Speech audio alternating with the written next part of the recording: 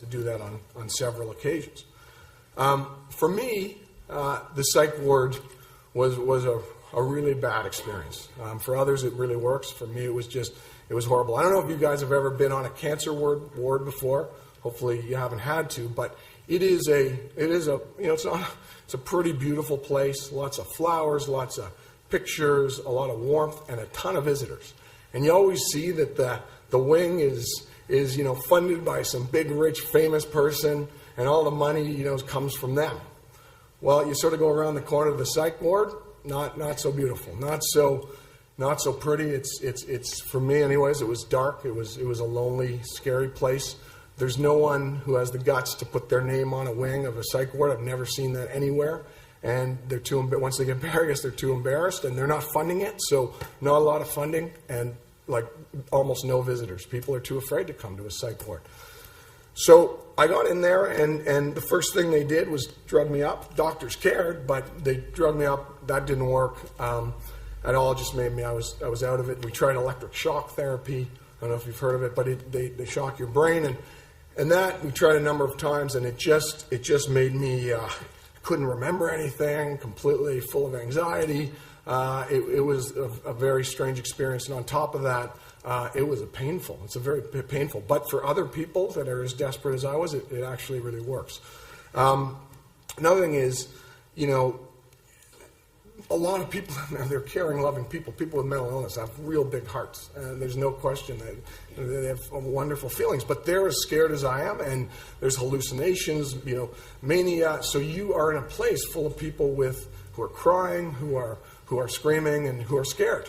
And so was I. So that made it tough to have that around. And my depression was full of anxiety and fear.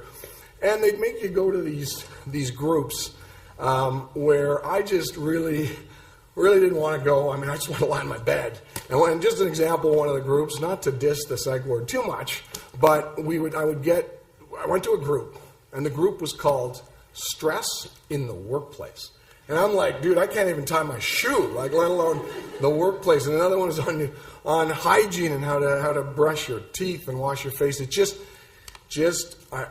wish it would have been a place of warmth and music and and love, and it just wasn't for me what I expected. But as Maisha said, there's other places. That was my experience, and she had a wonderful experience, and I know a lot of people have. Anyways, it didn't work for me, and I left the psych ward. And at this time, I was literally suicidal all day, every day. It was that painful, and I'd written suicide notes. I just didn't have the guts to do it. I'm so thankful I didn't. But I also had a very caring doctor who we tried everything, and we got to a point that this is almost 4 years in where we were desperate, and we talked seriously about getting a lobotomy. I mean, that's how painful this was. But a total miracle happened. I was watching 60 Minutes. It's a show on TV, and on the show they were talking about this experiment that was happening in Toronto, of all places, where this brain surgery where 4 of 6 people who had as bad a depression as mine or worse had gotten completely better.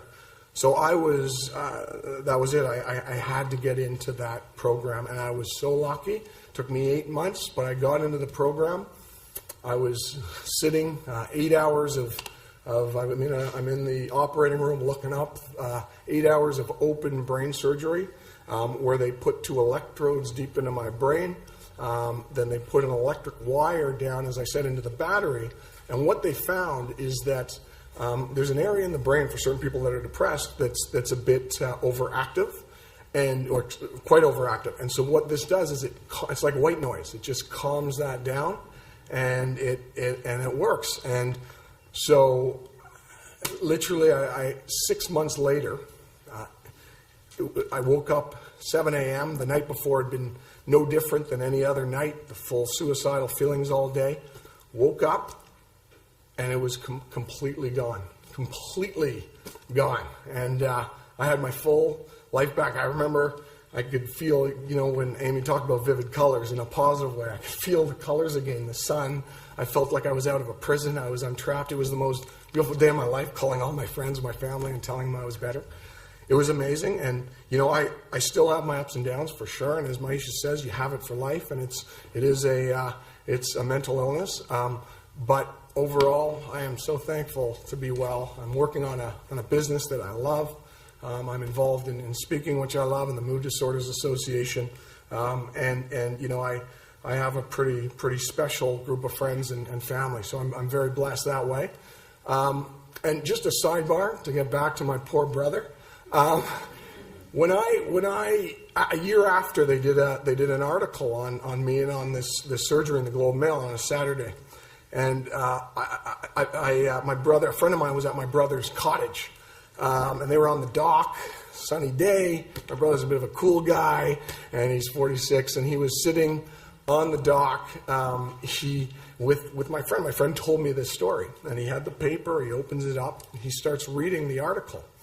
And in that article, I talked about most people were great with me, but a few people couldn't deal. I never mentioned him, of course. And he started to bawl. My brother, I've never seen him cry in my entire life. He started to bawl. I said, "That was me. That was me. That was me." And since that time, he's been an amazing advocate and a great friend. So, good story. Thanks.